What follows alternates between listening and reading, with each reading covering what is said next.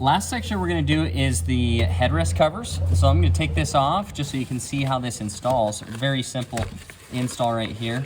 So here's the cover.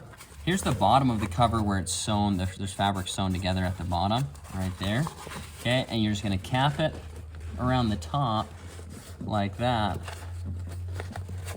And then tuck it underneath the bottom like that. Now, I have a little too much fabric towards the top, so I'm just gonna pull that down, just make that adjustment right there.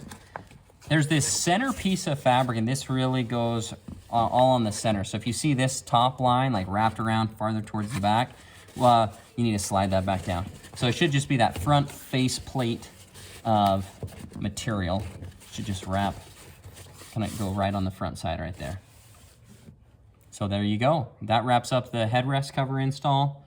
And we are all good to go on the seat covers now. Thanks for watching this video.